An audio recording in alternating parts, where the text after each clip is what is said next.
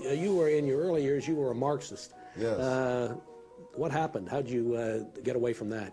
I took a job in the government. I went to the University of Chicago as a Marxist. After a year of studying under Milton Friedman, I was still a Marxist. But one summer of working in the government was enough to start returning around. Really, what happened to you there? Well, nothing happened to me, but that I realized that the government was nowhere close to being capable of doing what people on the left wanted the government to do. And that, in fact, we'd be lucky if they didn't make things worse. For example, I was in the Labor Department, and they administered the minimum wage law. To me, the question was, did minimum wage laws make poor people better off or worse off? That was not the question for them. The minimum wage law provided 1/3 of their total budget. And they weren't going to look at this other way. And as I tried to get into the question of does this cause unemployment and stuff like that, there was no enthusiasm whatsoever for that whole line of reasoning. You've written a trilogy of books about people you call the anointed, yes. which are basically liberals in American society. What do you mean by calling them anointed or self-anointed?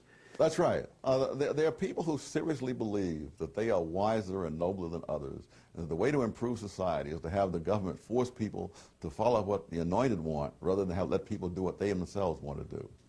And there are all kinds of fiascos that follow in the wake of this kind of notion. Conservatives are routinely blamed for not caring about people. And yet you say just the opposite is true, that it's liberals who care about their vision of how the world should be, but not about real-life human beings. Absolutely. I think the busing thing was a classic example. You would be hard-pressed to show how black people, white people, or any other people were benefited by this.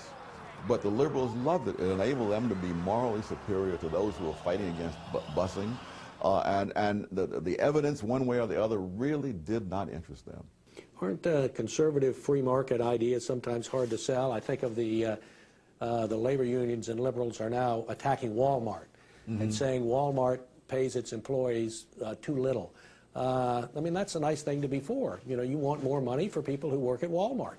What's wrong with that? Hey, I want more money for myself. But that doesn't mean that someone else has an obligation to pay it. If you're paying people for their work, instead of just paying them for what they think they need, then clearly these people wouldn't be working for Walmart if someone else thought their work was worth more than Walmart is paying. So why do you think liberals have jumped on Walmart? Because of its success? Because of its success. That's a sufficient reason. They really are for helping. They're for helping people who are disadvantaged, as they put it. Whereas I think conservatives want to stop people from being disadvantaged. You know, in other words, the liberals want to help the poor while they're poor, but really the biggest benefit is to stop them from being poor. And that they have very little interest in. What is the liberal premise?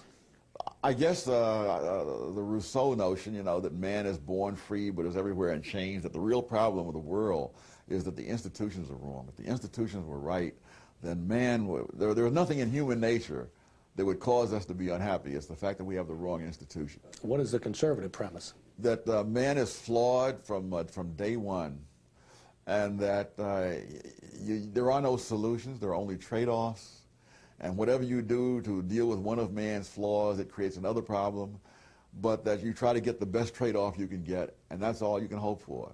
I've often said there are three questions that I think would destroy most of the arguments on the left, and the first is, compared to what?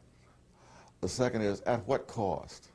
And the third is, what hard evidence do you have? Now, there are very few ideas on the left that can pass all three of those kinds of things. Can conservative ideas pass those? Yes, I think so, because they don't assume that there is a solution out there. You know, Adam Smith didn't believe that either the government or the market could solve all problems, that you have to be able to simply tolerate certain things. And the idea to the left of tolerating any evil, you know, that they want to stamp out the last vestige of segregation. Really? At what price? At what price?